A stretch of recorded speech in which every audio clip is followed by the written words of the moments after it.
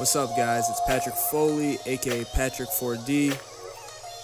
We're back with another tutorial, official tutorial number 2.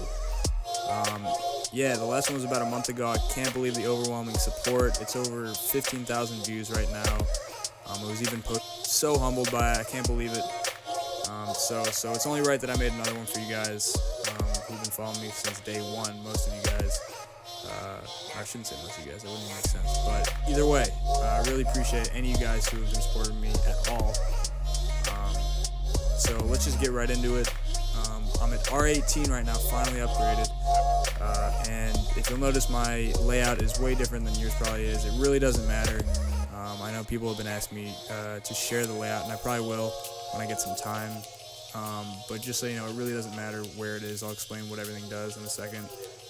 But just some highlights. We'll be going through some subsurface scattering, that's the main one.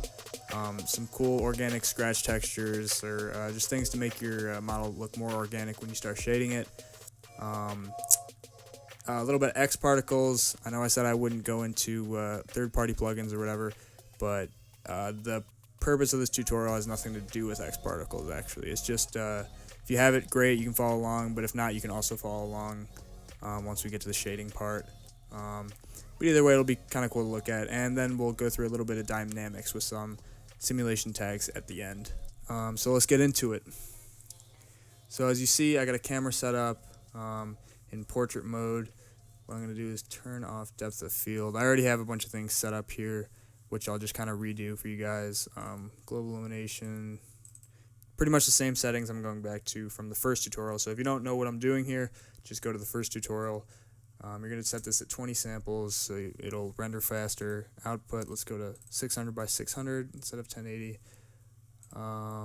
Looks good. And then from fixed to progressive, and set all of these values to 2. Alright, so that looks good. So let's start making this thing. What I'm going to do is open up an emitter for X Particles users. It'll be right here. You should know that. And what you'll do from there, I'm going to make this a little bit smaller, and in the attributes manager I will go to object, from rectangle to sphere. So now these things will be coming out everywhere, but not only that, we're going to go to the emission and change this from rate to shot. So instead of it coming out infinitely, it's just going to shoot out 1,000 particles and be done. So that looks good. Let's take the speed to about 30 centimeters, so it'll come out much slower. That's what we want. And then what we can do after that is grab a skinner. So X particle skinner, what that'll do is give us some geometry applied to these particles. And let's see, let's grab the emitter and drag it right in there. So now you got this big meatball thing coming out, so at least we see something. So let's see here. Let's set this back to the beginning. We don't want the meatball. We want, to give this some kind of abstract flow, for lack of a better word. So let's take this thing and low poly. So now at least we have some higher quality mesh going on here. And if you want, you can set this thing to constant lines. You can see I prefer this view a little bit. So let's go to what do we need? We need a turbulence modifier. So if you go to X particles modifiers, motion, XP turbulence, and you must have the XP emitter or the emitter selected. That way it automatically is applied. So motion, turns that. Now when we play this thing. Oops, let me play it from here. Now when we play this thing, you see it's not like perfect sphere anymore. It's kind of going wherever we want this thing to go, or it's kind of like controlled by the wind or turbulence. And so what we want to do next is actually turn off the skinner, because that slows it down when we're trying to preview what's going on, so you can see much clearer what's going on there. And we're going to change the noise type to curl. Take the frequency down to 0, take the scale to about 28%, and the strength to like 7. So now, see what's going on. A ton of random stuff here, but it does look really abstract. So once we apply shape, so this kind of gets me there faster. So once we have that, I'm happy with it. I actually want to go and zoom into this a little bit. So with the camera, have something we're comfortable with, we can go into the smoothing. It really doesn't matter what order you do this, and click geometry, and that gives us more of a fluidy look. If you like that look more, by all means go with it. Once we've selected the Skinner, and that kind of flattens it for us, we got our own little shape now. You can delete turbulence, you can delete the emitter. So next thing is the shading. I'm going to show you guys a little bit about subsurface scattering. It really adds a ton of detail that you can't really achieve with any other technique. For instance, if you want to make something look waxy, because it's not transparent really, it's just kind of like irradiating light from the inside, just like a candle.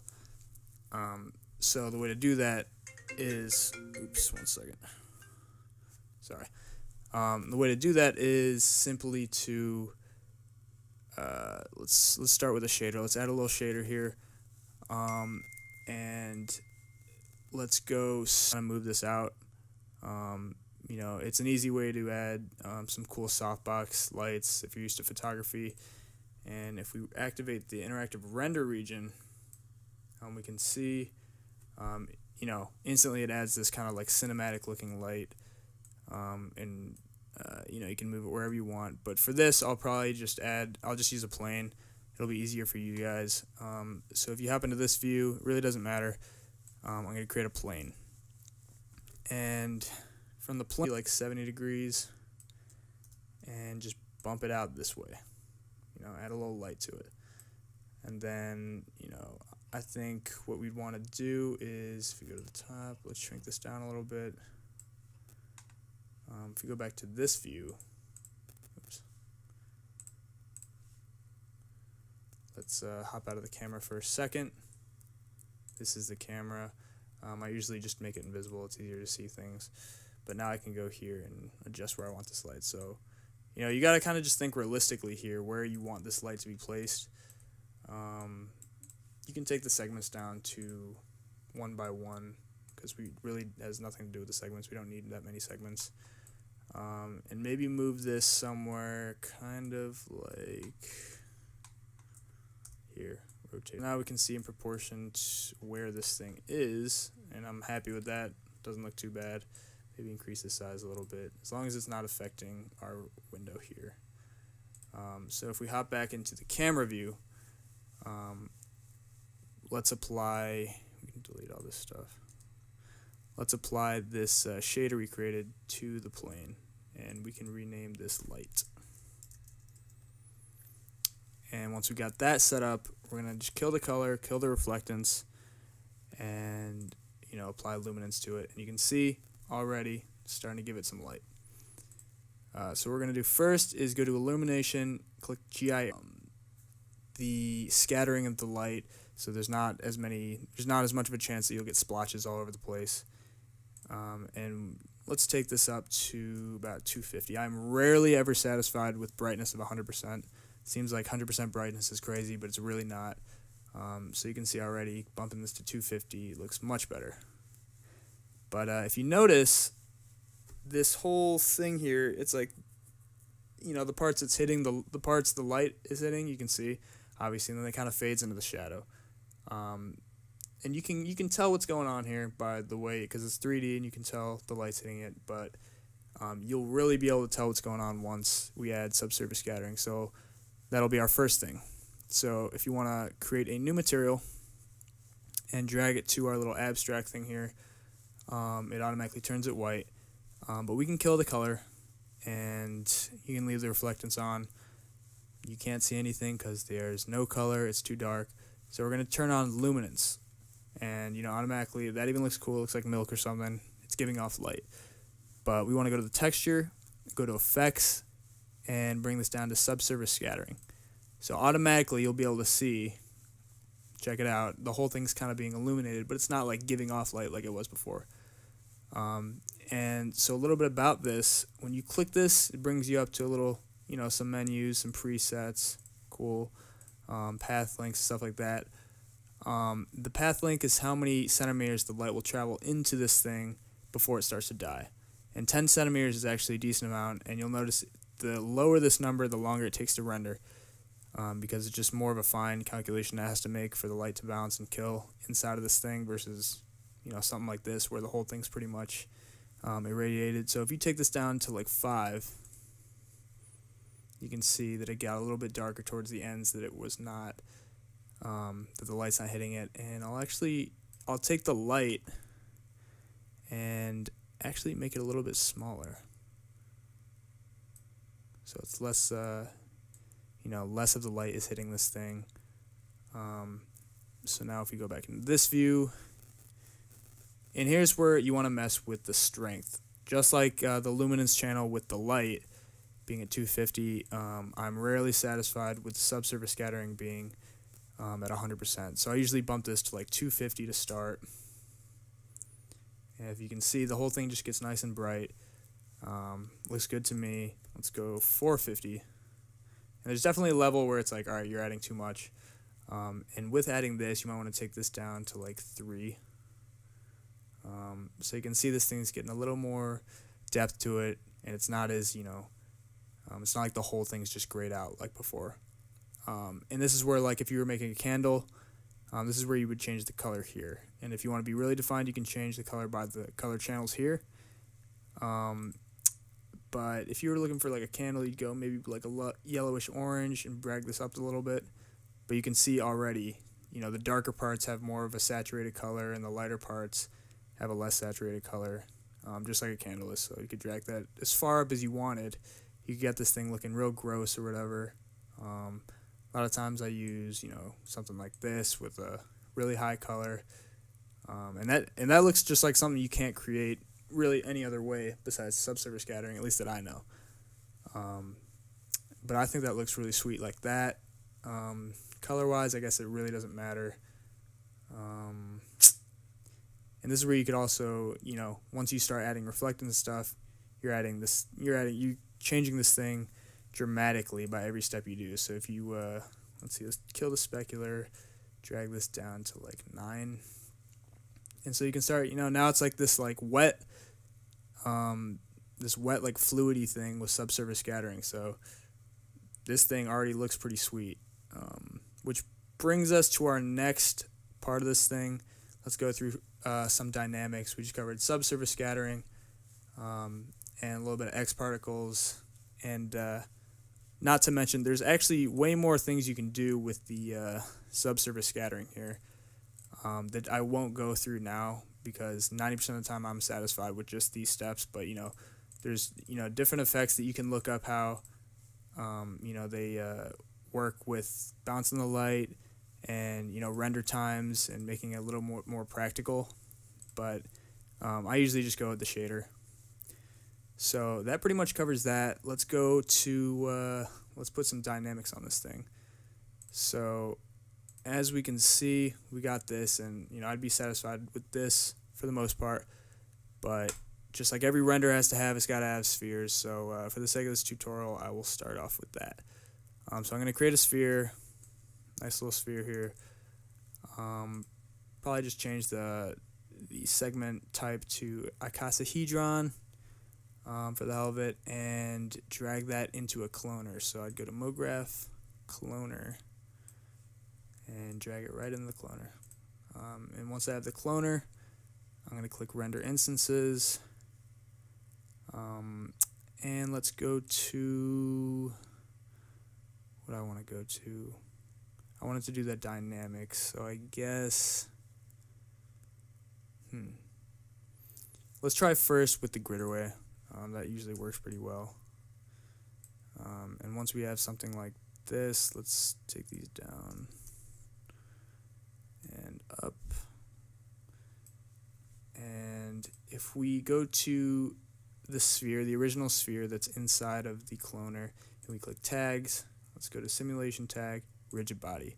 And what that'll do is pretty much tell Cinema4D that these are actual physical objects that we want to be applied by real life physics and everything. So if we press play, they just drop. and you'll notice they drop through the object we created before because we didn't tell Cinema4D that we want it to be applied by, gravity and all that stuff, and to be a physical object. So what we want to do is go to the Skinner that we have, go to Tags, Simulation, and Collider Body. So what that'll do is it actually won't make it fall. It'll just make it, a piece of like architecture almost that we want to be colliding with the things that have the dynamics body tag on it. So if we click play, they all hit it. And if you see, it's finally hitting this thing, but that's very basic, and that's probably not what we want. So what we want to do is create an attractor. And for that, we literally just have to go to Simulate. Let's go exactly in the middle of the screen. And what that'll do is pretty much what you think it'll do. It'll make everything kind of attract to this object. And by default, probably nothing will happen because it's not attracting at a great enough level. So let's take the strength of the attractor to like 2,000. So already you'll notice that it's almost like there's a force field around this thing. And that's because there's something we have to do within the dynamics tag that's on top of this Skinner. But it's, that's cool if that's what you want. But if you want it to actually be interacting correctly with this thing, you're going to click the tag on the Skinner and go to Collision. And then in the shape, go to Mode Dynamics. And now I'm pretty sure, yeah, that'll work perfectly. So it's actually going through all the nooks and crannies, but it's hitting the attractor. And if you don't have anything kind of shielding the attractor and you let an object just literally go through an attractor, it's just going to shoot out because it's just too much force going on here for it. So I think what will help is if you just increase the size of this thing. And that does help a little bit. What we can do is create just a little kind of force field around this thing that won't be shown, but we'll give this a little simulation collider tag. So yeah, that works like that. And then if you just make it invisible, you don't have to worry about these things. Now that we have this basic thing set up, let's go to the count. Let's go 6 by 6 by 6. And we're getting this like cool, it's abstract, so we don't have to have any goal of what we're making here. But I'd say let's add a few more and then we'll be good. Let's go to the sphere. With the sphere, actually, you can take the segments down to like 12 because we really don't, it's not really about, these are very simple spheres, and when we have render perfect set on, we're just saving render time. So let's go back to the cloner, and let's go to, 6 by 6 by 6. Let's go 8 by 8 by 8. And then we should see we got a shit ton of these things just like floating over this thing. And once we're happy with that, let's see. Trying to think of the best way to possibly do this. We can take let's just randomize, let me see, I had another way I wanted to do this. Well, either way, I guess we can cover two things in this tutorial. That is how you can make things interact and collide with objects. If you're happy with that, that's perfect. But what I want to do actually is, so let's go back and change this whole thing. So I don't think we're going to need the tags anymore, so let's delete that. I'm kind of taking a step backwards here because I thought of another thing that I want to do, but either way, that's teaching you guys more stuff. So what we're going to do here is take the cloner. You can kill the attractor. We don't need that anymore. Take the cloner, go to Object, and we're going to drag the Skinner in here. And you can see that now all of the balls are, there's a ball for every vertex of this thing. So that's where taking these segments down really helps.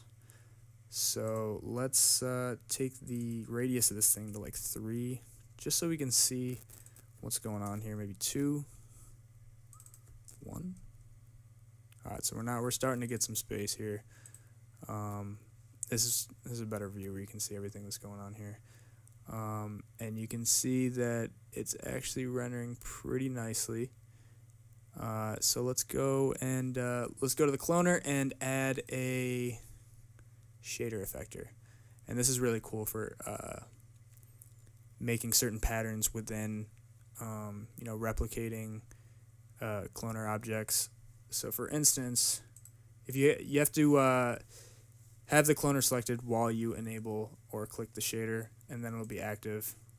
Or you can just click effectors and drag the shader on here. But shader, you're going to go to shading, and then all you got to do is drop like a simple noise in for the most part. Make this thing like 500 to start. And that'll pretty much, I'll show you in a second what that's actually doing. Once you go to the parameters and the scale, it's already set on uniform scale. So what we're doing is now you can see pretty cool patterns of this thing starting to fill up. So if you go to like minus 2.5,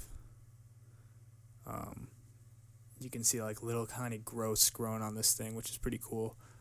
At least that's how I see these things. And I'm pretty sure if you go to the cloner and go transform and take the Z scale, everything kind of busts in their own direction, which is kind of what I was going for in the first place. So now they're not actually on top of each other. They're kind of just swarming this thing, which I think is a very cool look. And that looks cool, and now we just got to give them a texture. Let's go apply just a random texture to the sphere. And I'm not exactly sure at all what I want this thing to be. I'm going to kill the color channel and make it kind of reflectance. I'm going to give it a reflectance and maybe add like a rose gold texture to this thing. Might be kind of cool. And that's pretty cool to me. That looks pretty decent. I kind of got to see what it looks like close up. So let's go drag this thing to like right here or something, see how it looks. Yeah, it looks pretty cool. And it's your choice to add noises or textures to that. These are so small that for me, I don't even think they necessarily need any bump or anything. And that's one thing I didn't add to any of this bump. So if you want to take that extra detail and add bump, that's by all means do it. I'm going to add the depth of field right now. So if I go back into this, actually what I'm going to do is go to the camera, enable depth of field back on, click the focus point by clicking this little mouse thing, and just clicking at a point where I think I want this thing to focus at. So that looks good right there. Let's see what we got. Maybe drag this up a little more so we can see. Alright, so that actually looks decent. So you can see certain parts are in focus, certain parts are not. And we're getting a lot of I don't even think I'm going to add a background. I think I'm going to keep it with a black background. Nothing there. Definitely is good enough for me. So yeah, that looks sweet. You can definitely see the depth of field. You can see these like little microscopic little ball things just chilling there. And I'm actually pretty happy with this. I was going to, let's see, how long has this been so far? I don't know if I can check. Yeah, I don't know how to check how long this tutorial has been so far. But I guess I'll save the next stuff for another tutorial. I'll try to make one sooner than I made last time. Once a month is definitely okay for me. But yeah, depending how well this one does, I'll upload another one. If you guys still really like these. The next one I'll probably be going over floor textures and adding smoke to the renders in Photoshop and in Cinema4D. And I'll try to think of some other things to show you guys. But that seems to be good right now. I'm going to finalize the render settings. Let's go 1080 by 1080. Let's go to the physical. Let's go back to fixed on high. Let's take these all to 4. At least these are the settings I use. And take this to 150, the sample count. And that should be good. I feel like I went a little bit faster in this tutorial than my last one. Please tell me if you think I went too fast. I know you guys really liked the last one, and I really appreciate the feedback. And really, all you guys, we're at 15,000 followers now, which is insane. That's technically why I'm making this video. So 15,000 on YouTube, or on Instagram. And I think since the last tutorial, I gained like 1,300 subscribers, which is insane. So 1,300 in the month. I really appreciate it. I got a lot of things coming, a lot of collabs coming, a lot of branded content stuff, and I'm just really excited. So I appreciate you guys hanging in there with me through these tutorials. I've never been formally trained in Cinema4D. A lot of people have asking if I'm like a professor, if I teach at a school, and hell no, I'm definitely not. But I'm humbled that you guys think that I could be. So yeah, I appreciate it. So until next time, guys, take it easy.